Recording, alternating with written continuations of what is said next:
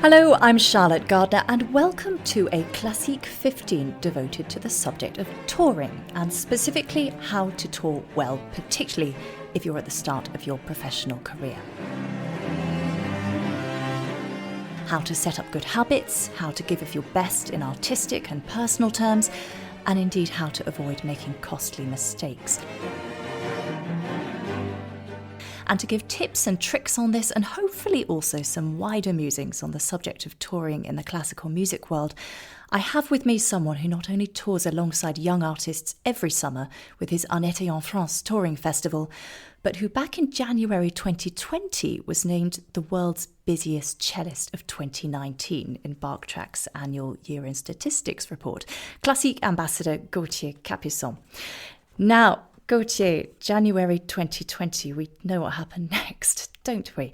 Let's begin with some wider musings on the classical music touring world. Now, there was a lot of talk during the pandemic on how we could make touring better afterwards in terms of artists not just flying in and out of a country for a concert, in terms of conductors actually maybe being based in the city where they were conducting the orchestra, organising concert diaries better so that an artist could actually stay in a place and get to know a public before performing them.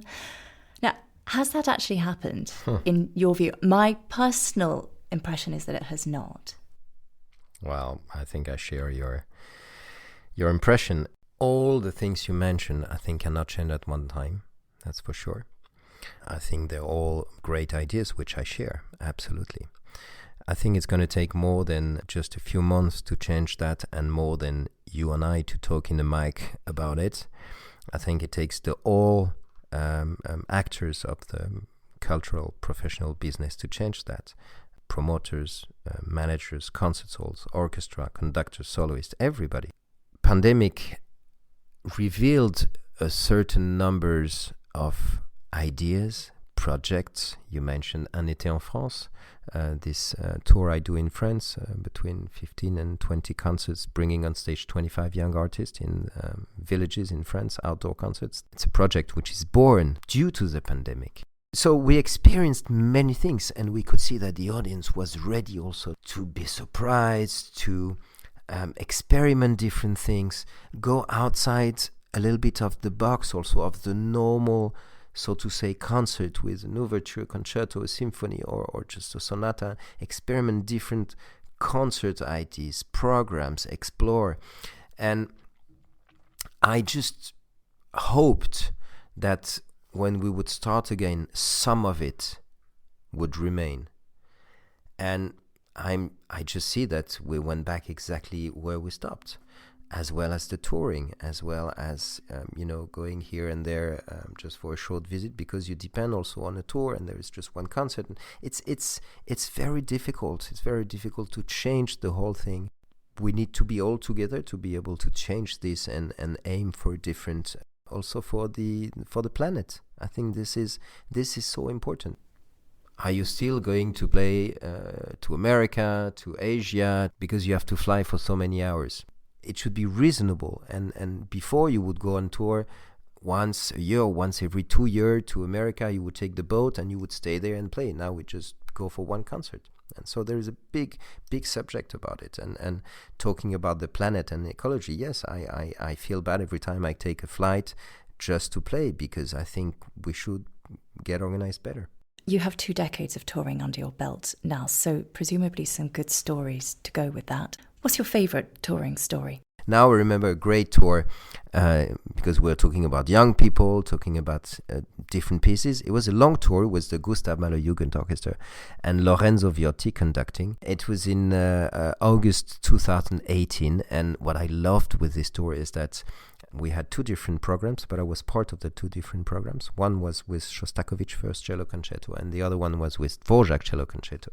And every night was Shostakovich, then the next one was Dvorak, Shostakovich, and then musically we had this very strong exploration of this repertoire, and that's a great souvenir. Okay, worst. Hopefully that one's easier to answer. Worst, this is extremely easy. You probably know the answer. That was March 2020.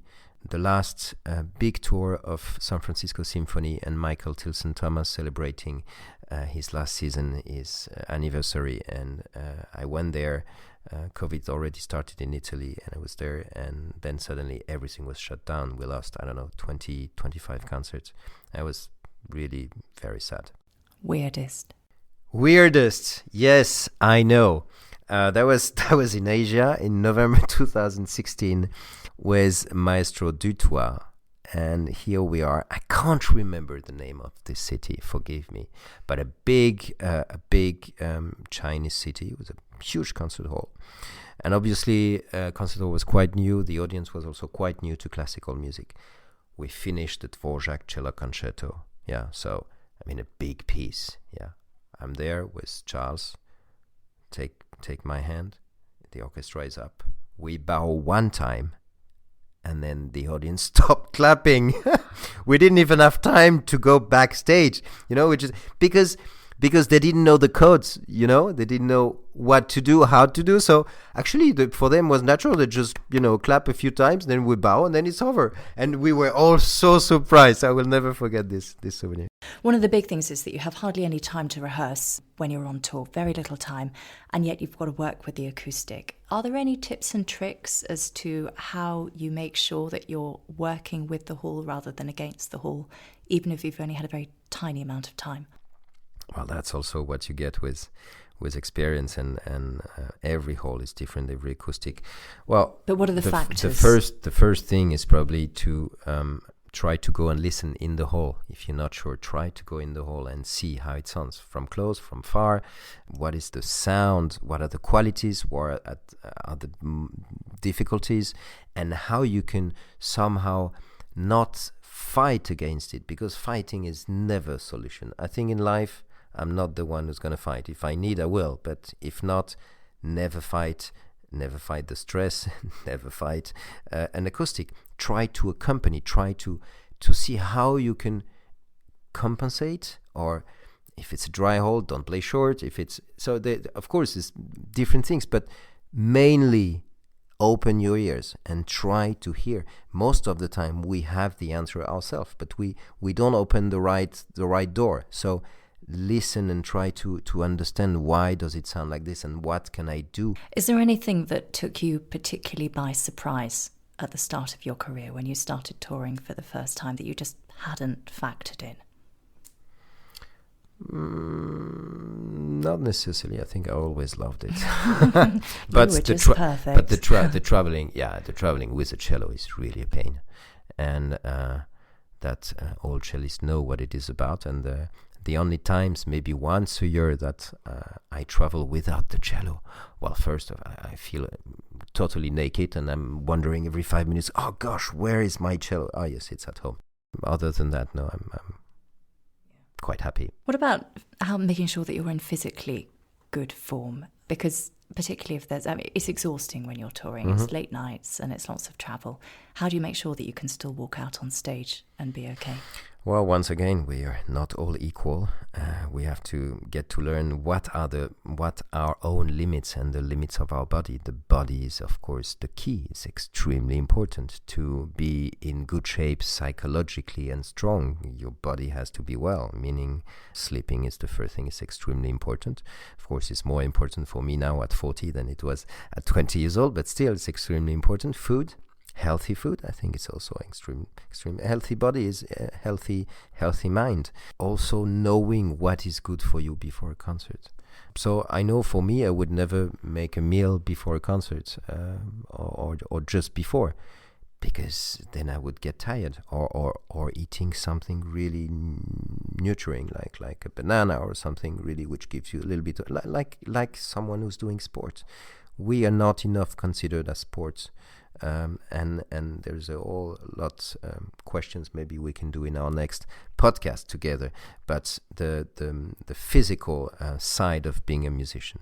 But your advice to people starting touring for the first time is to think about logistics, think about what they might need physically, think about how they focus. The goal is always the concert. What is important is the concert, and what is important is what you need to be at your best for the concert. The rest, of course, is details. But we talked about sleep, about food, sleeping. So knowing what do you need before the concert. Do you need to take a nap? Do you need to arrive one day before to really have a good night's sleep in a good bed for your back? So I think all those questions and logistics, yes, logistics are extremely important only to make it smoother for the concerts. The only reason why you need all that is to be in the best conditions as possible to have this concert. Now, kind of linked to this, I mean, so often when you are touring for the very first time, when you're a young, unknown musician, the accommodation might be a little bit less good. You might have some fairly awful places. When is the point at which you say to the organisers or who your hosts, this isn't good enough, I need you to do something? And when do you just have to smile bravely and carry on? Well, that's a very good question, because I also have been there for many years when I started, and well, for me it was never also a question, because I was just so happy to perform, and I think this is a privilege to be on stage.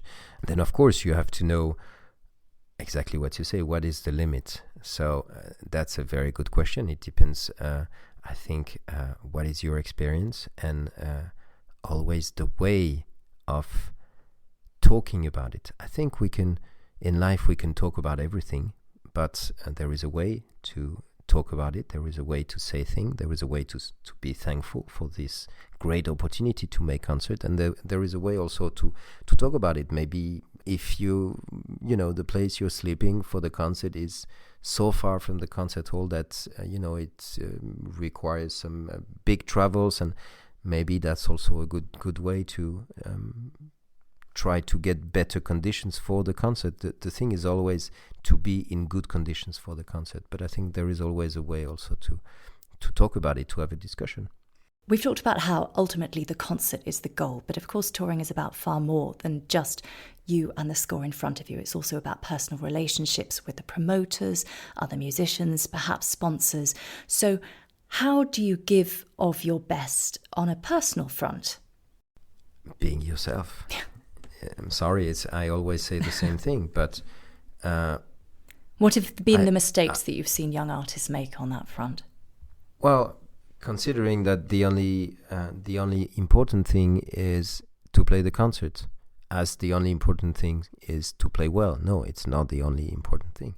The human relationship you are building with a concert promoter is extremely important, and being there, being curious, having this discussion about many different subjects. Of course, can be the piece you played, can be yourself, can be your impression, asking for some advice.